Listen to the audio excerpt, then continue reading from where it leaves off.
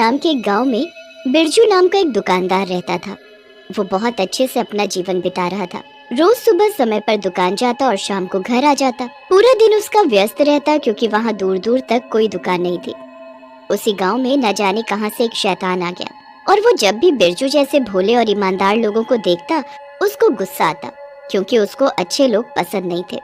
पता नहीं लोगों को ईमानदार और अच्छा बनने से क्या मिलता है। जिंदगी भर बस रोते रहो और ठोकरें खाते रहो।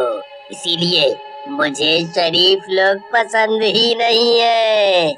अरे ये तो वही लाट साहब है जिसने मुझे लात मार के ड्राइवर की नौकरी से निकाल दिया था। तो क्या हुआ? मैंने मजबूरी में चोरी की। मैं कोई चोर थोड़े ना था।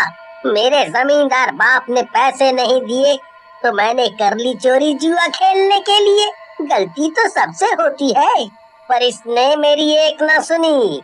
आज तो मैं इस लाट साहब की औलाद को सबक सिखा कर रहूंगा। यही सही आदमी है मेरे लिए। इसकी जगह कोई शरीफ ज्यादा होता तो माफी मांग के गिड़गिड़ा रहा होता मालिक के पैर पकड़ के, पर यह आदमी बिल्कुल मेरी तरह है। और वो शंभू के अंदर समा जाता है। शंभू की आंखें लाल हो जाती हैं और उसके हाथ ऐंठने लगते हैं।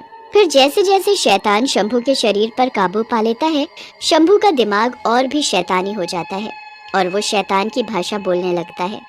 कितना अच्छा लग रहा है, अब एक अलग ही नशा सा महसूस हो रहा है। आज बहुत दिनों बाद मानव शरीर मिला है मुझे। चलो आज कुछ मस्ती की जाए। वैसे भी अब मेरा बाप बूढ़ा हो चुका है, आखिर उसके जमींदार होने का कुछ तो फायदा उठाया जाए। शैतान शंभू गांव वालों को ठगना शुरू कर देता है। इस महीने के पैसे कहाँ हैं तुम्हारे? शंभू भाई, मैंने आपको बोला था मुझे लेट होगा, मुझे माफ कर दो। पैसे देने हैं तो अभी दो, और नहीं दे सकते तो तुम्हें मुझे 200 रुपए ज्यादा हर महीने देने होंगे। उसके बाद वो आगे बढ़ जाता है। भगवान हमेशा अपनी दया ऐसे ही मुझ पर बनाए रखे, बस जीवन सुखमय होगा। तभी बिरजू की दुकान पर भूषण आता है। क्या प्रार्थना हो रही है बिरजू सुबह सुबह? बस भाई, भगवान सबको खुश रखे, ऊपर वाले से यही प्रार्थना है। कुछ दूर से ये बातें शैतान शंभू सुन रहा होता है। तेरी प्रार्थना तो मैं जानता हूँ। एक अकेली दुकान है ना तेरी यहाँ, और सबसे ज्यादा पैसे कमाता है तू। एक दिन मैं तुझे बताऊंगा, तेरी सारी दुआ पानी में जाएगी। बिरजू वैसे तो अकेले रहता है, लेकिन उसको दुकान जाने में बिल्कुल देरी नहीं होती है।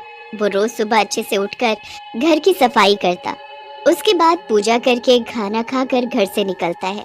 वो मंदिर की तरफ जा ही रहा होता है, तभी एक गांव वाला भागे भागे उसकी तरफ आता है। अरे बिरजू भाई, जल्दी चलो, तुम्हारी दुकान में तो आग लग गई है, सब कुछ जलकर राख हो गया। जल्दी चलो बिरजू भाई, जल्दी। क्या बात कर रहे हो भाई साहब? ऐसा नहीं हो सकता, ऐसा नहीं हो सकता।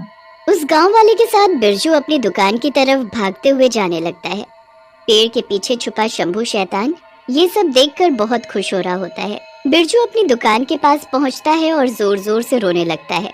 अरे मैं तो लुट गया, मेरा सब कुछ बर्बाद हो गया। अब मेरा जीवन कैसे चलेगा? मैं कैसे जी पाऊंगा? भगवान, ये तूने क्या किया? मैं तो तुझे कितनी पूजा करता था, याद से रोज तेरी सेवा करता था। ये सदमा बिरजू बर्दाश्त नहीं कर पाता। उसको लगता है उसका जीवन ही खत्म हो गया, इसलिए वो गांव की बड़ी नदी में जाकर छलांग लगा देता है, जिससे उसकी मृत्यु हो जाती है। फिर मरने के बाद उसकी आत्मा एक रूप ले लेती है। तभी वहाँ अचानक यमराज आ जाते हैं और वो उससे बोलते हैं, हेलो बिरजू, अब इस दुनिया से जाने का वक्त आ चुका है, तुम्हें हमारे साथ चलना होगा। चलना होगा मतलब? कहाँ चलना होगा मुझे? और आप कौन हो? मैं यमराज हूँ। तुम अब मर चुके हो, इसीलिए मैं तुम्हें लेने आया हूँ। अब तुम्हें हमारे साथ चलना होगा। लेकिन जिसकी वजह से मेरी मृत्यु हुई, उसका क्या? उसके साथ क्या हुआ और उसने मेरे साथ ऐसा क्यों किया? मैंने तो किसी का कुछ नहीं बिगाड़ा। इस प्रश्न का जवाब मुझे कब मिलेगा? इन सवालों के जवाब तुझे पाने हैं तो मैं कुछ समय दे सकता हूँ। मैं सिर्फ ये बता सकता हूँ कि तेरा सामना एक शैतान से होगा। वो शैतान जो न जीते जी अच्छा रहा और न मरने के बाद अच्छा रहा। अगर तू उसे खत्म कर देता है तो तेरे जैसे बहुत से शरीफ लोगों की जिंदगी उस शैतान के हाथों खराब होने से बच जाएगी और तेरे पुण्य कर्म बढ़ जाएंगे। शैतान अपने असली रूप में दूर से यमराज और बिरजू की आत्मा की बातें सुन रहा होता है। मुझे हराएगा ये, मुझे खत्म करेगा बेसड्डी। बस एक बार के यहाँ रुकने के लिए हाँ कर दे, फिर मैं इसको बताता हूँ मैं हूँ कौन। मुझसे पंगा लेना तो बहुत भारी पड़ेगा इसके लिए। लेकिन यमराज जी, मैं ये जानना चाहता हूँ कि आखिर वो शैतान बना कैसे? यमराज बिरजू को शैतान की कहानी बताने के लिए बीते दिनों में जाते हैं। जिंदगी भर तूने लोगों के खून पसीने की कमाई लूटी है, पर तू ये भूल गया इन पैसों का मरने के बाद कोई काम नहीं है। ये पैसे तुम यहीं कचरे में फेंक दो। ये पैसे तुम अंदर नहीं लेकर जा सकते। ये मेरे जीवन भर की कमाई है, मैं इसको ऐसे जमीन पर छोड़कर नहीं जा सकता। मैं इन पैसों को लेकर ही अंदर जाऊंगा। मैंने पूरा जीवन इसमें बिता दिया, तो मैं इसको छोड़कर अंदर कैसे आ जाऊं? अंदर सिर्फ कर्मों का फल मिलता है, पैसे कोई मतलब नहीं रखते। अगर बिना पैसों के अंदर जाना है तो मैं इस दुनिया में ही ठीक हूँ, मुझे नहीं जाना अंदर। उसके बाद हमने उसको यहाँ छोड़ तो दिया, लेकिन उसने मरने के बाद भी लोगों को परेशान करना नहीं छोड़ा। अब तुम देखो तुम्हें क्या करना है और किस तरह शैतान को सबक सिखाना है। उसके बाद यमराज बिरजू को कुछ शक्तियाँ देते हैं और धरती पर ही छोड़कर चले जाते हैं और बिरजू एक बार फिर अपने गांव की तरफ निकल जाता है। आत्मा बनने के बाद अब बिरजू सबको आर पार देख सकता था। बिरजू कुछ दिनों तक गांव में घूमता रहता है और उस शैतान का पता लगाने की कोशिश करता है। एक दिन वो देखता है कि शंभू शैतान किसी को बुरी तरह पीट रहा है। बिरजू ये सब देखकर समझ जाता है कि ये वही शैतान है और इसने अपना मकसद पूरा करने के लिए शंभू पर कब्जा कर लिया है। बिना सोचे समझे बिरजू शैतान के सामने चला जाता है और बोलता है, शैतान रुक जा, तू होता कौन है सबको परेशान करने वाला? मैं वही हूँ जिसने तेरी दुकान जलाई थी और तुझे आत्महत्या करने पर मजबूर किया था। बता क्या करेगा? मेरा कुछ बिगाड़ सकता है तू? तुझे ऐसा करके क्या मिल गया? क्यों तूने मेरी जिंदगी बर्बाद की? तेरे मरते ही मैंने तेरी तिजोरी तोड़ के सारे पैसे ले लिए। उन पैसों पर सिर्फ मेरा राज चलेगा और उसको इस्तेमाल करके मैं और ढेर सारे पैसे बनाऊंगा।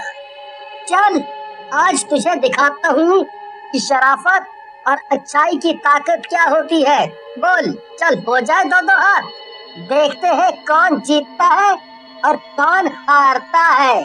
बिरजू की आत्मा और शैतान के बीच घमासान लड़ाई होती है और दोनों ही एक दूसरे पर भारी पड़ रहे थे और ऐसे लड़ते लड़ते समय निकलता जाता है।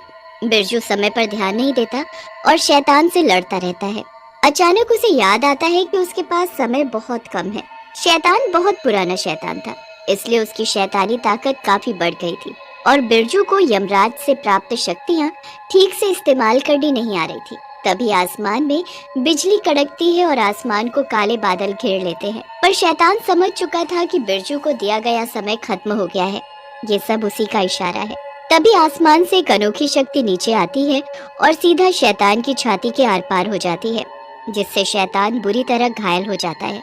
और तभी अचानक एक आकाशवाणी होती है, तो जैसा शैतान कभी नहीं जीत सकता, यहाँ तो बस तेरे जैसे पापियों के पाप का घड़ा भरने की देर रहती है।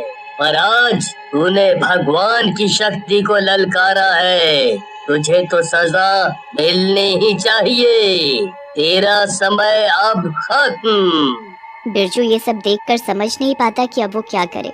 इतना बोलकर बिरजू बहुत जोर जोर से रोने लग जाता है। तभी वहाँ यमराज आते हैं। मुझे समझ आ गया है कि जिंदगी सिर्फ खुद के जीने के लिए नहीं होती, कभी कभी हमें दूसरों के बारे में भी सोचना चाहिए। मुझे